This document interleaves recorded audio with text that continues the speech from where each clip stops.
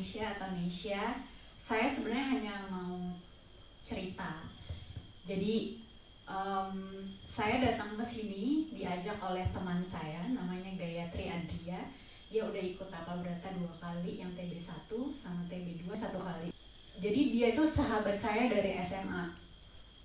Dia baik sekali. Saya melihat dia banyak sekali perubahan saat ini. Terus dia juga mengenal saya dengan sangat baik. Dia tahu apa yang saya alami dari saya SMA sampai saat ini. Bahkan saya juga cerita masih waktu saya masih kecil.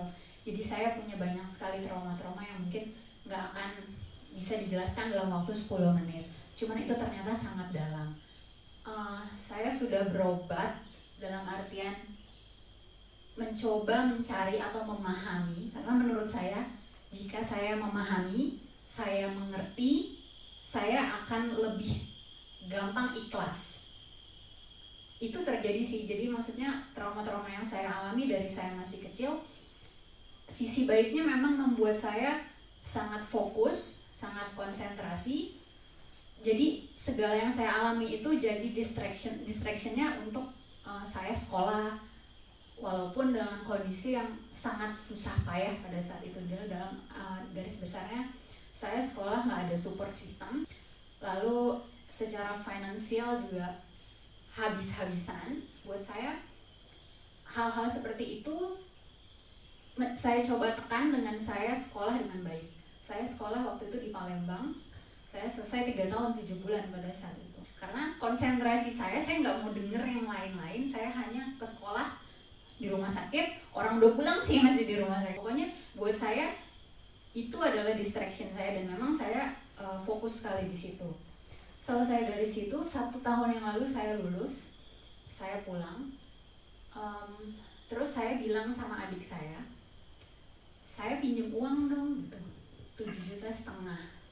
Untuk apa? Saya mau ke Bali, saya mau istirahat, saya capek sebelum saya nanti harus mulai bekerja. Terus teman saya ini si Gayatri, si Dea, itu dia udah tinggal di Bali pada saat itu. Dia udah ikut Tapa Brata. Dia dari orang yang sangat, menurut saya sangat duniawi. Terus tiba-tiba ngomonginnya kesabaran, ikhlas. Saya sempet, kenapa nih orang gitu? Maksudnya kayak aneh banget. Bukan aneh, maksudnya kok bisa berubah seperti ini. Terus dia bilang waktu itu saya ingat saya lagi di Ubud. Terus dia bilang nih, lo ikut Tapa Brata aja, kamu ikut Tapa Brata aja. Terus, saya mikir tuh saya cuma punya duit 7,5 juta ya waktu itu untuk hidup di Bali selama kurang lebih 25 hari kalau saya nggak salah. Terus dia kayak udah bisa baca pikiran saya, terus dia bilang, udah gue bayarin, anggap aja hadiah ulang tahun. Terus sayangnya waktu itu nggak berjodoh, jadi waktu si teman saya telepon ternyata sudah full. Jadi akhirnya saya tetap lanjutin hidup saya pulang lagi ke Jakarta dengan situasi yang sangat tidak nyaman, mencari hidup saya sendiri dan bekerja dan sebagainya. Terus terang saya perlu banyak bersyukur. Saya sadar bahwa selama saya bekerja dalam waktu kurang lebih 1 tahun, saya banyak beruntungnya dibandingkan teman-teman saya yang lain. Terus si teman saya ini selalu bilang, kapan ikut Tapa Brata? Kapan ikut Tapa Brata? Terus saya tuh ada di posisi seperti ini. Saya udah kerja, sudah merasa lebih mapan, tapi saya nggak happy. Maksudnya saya tuh Senin sampai Minggu bisa ada di rumah sakit, yang itu benar-benar saya senang ada di situ, tapi saya punya kelelahan yang luar biasa. Saya benar-benar nggak bahagia gitu. Terus karena si teman saya ingetin, saya akhirnya bilang, oh ya udah deh, saya daftar Desember deh sekalian gitu. Maksudnya sekalian saya mau punya waktu untuk diri saya mau ulang tahun, maksudnya pas di fase-fase seperti itu. Terus jadi Pak, waktu sebelum saya singkat cerita punya stres yang luar biasa, saya tuh sebenarnya jarang marah orangnya. Jadi karena saya udah capek ngelihat orang marah-marah, jadi kalau ada apa-apa misalnya di rumah sakit, misalnya dok operasi harusnya jam 4 mundur ya, dan jadi jam 5.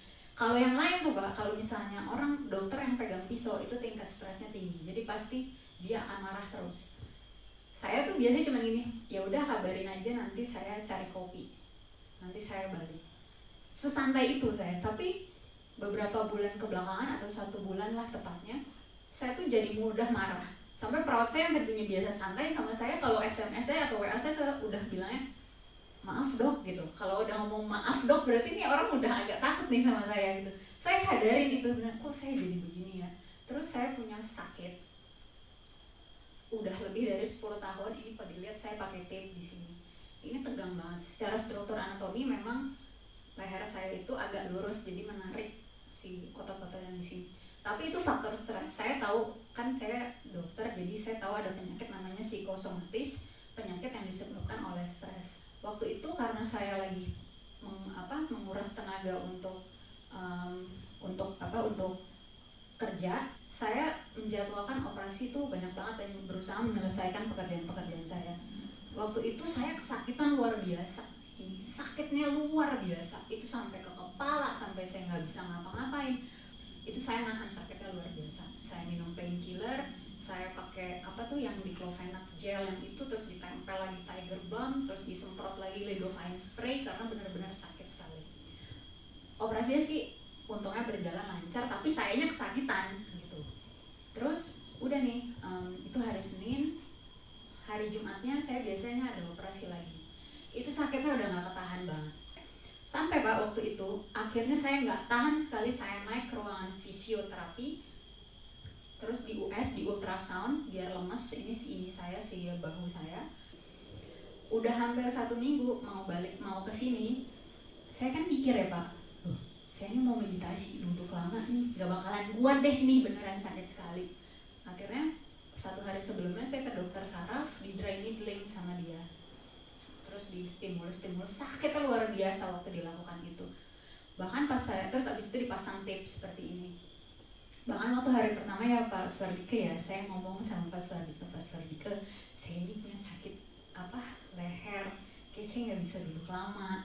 Nanti kalau saya nggak kuat gimana? Terus kata Pak Swardike, ya udah kamu nyender aja nggak apa-apa. Oh ya udah, cuman waktu itu saya usahakan untuk nggak nyender karena agak malu juga ngeliat yang lain gak ada yang nyender. Dan meditasi itu, ini beneran ya, saya dengan melakukan itu maksudnya kayak setengah jam, 45 menit kayak yang kita merasakan badan itu Pak, ini lembek loh. Saya udah nggak inget kapan terakhir kali ini saya lembek beneran. Ini lembek banget, kayak yang sebelum itu beneran kayak batu, tapi ini lembek gitu. Dan itu enak banget, saya benar-benar terbantu sekali.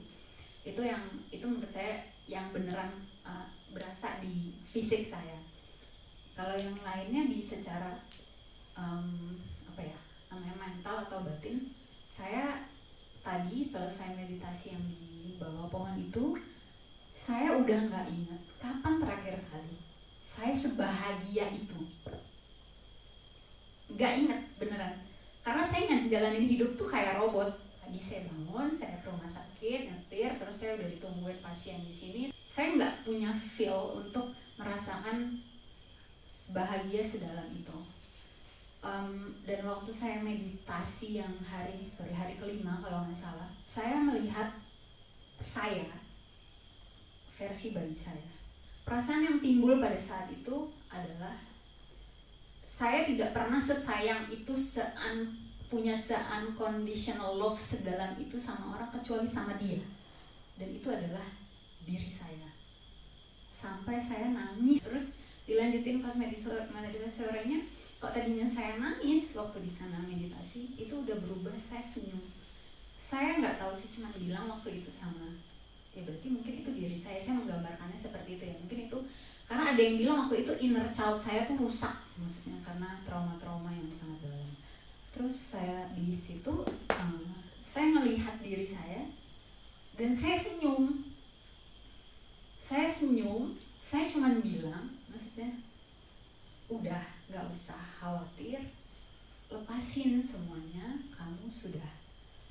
kamu tumbuh menjadi bukan orang yang jahat kok, maksudnya nggak akan membunuh orang karena trauma-trauma kamu gitu, tapi kamu nggak usah takut lagi, nggak usah menderita lagi, lepasin, kita sama-sama ikhlas. Karena saya adalah orang yang 32 tahun kemudian datang dan melihat kamu, saya nggak pernah sesayang itu sama orang, dan itu adalah diri saya. Dan saya maksudnya kalau orang bicara tentang cintai diri saya sendiri. Disitulah, pada detik itulah saya paham, oh mungkin ini yang dimaksud cinta sama dirinya sendiri.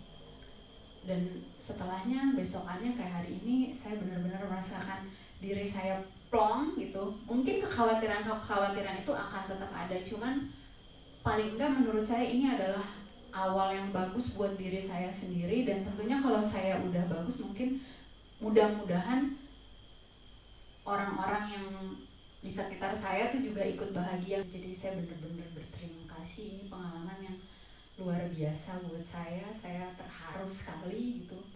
Saya tentunya ya akan mengajak orang lain, please coba deh datang, rasain. 3 hari pertama memang sulit, tapi setelahnya pulangnya tuh menjadi pribadi yang pasrah dan ikhlas. Jadi benar-benar saya berterima kasih banget untuk semuanya.